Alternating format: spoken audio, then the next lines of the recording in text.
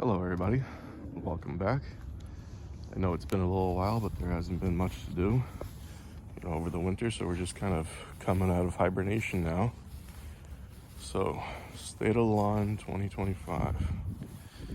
As you can see, a bunch of old dried out grass, some nice green stuff starting to come through. So, plans for this year.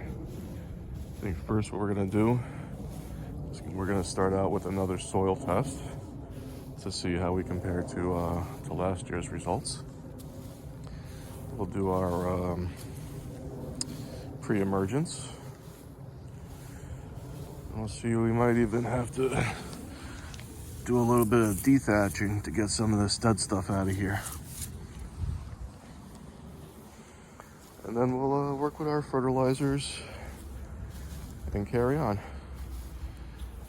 Anyway, I hope everybody's been having a good new year. And please like and subscribe and stay tuned for more updates. Thanks again. Take care.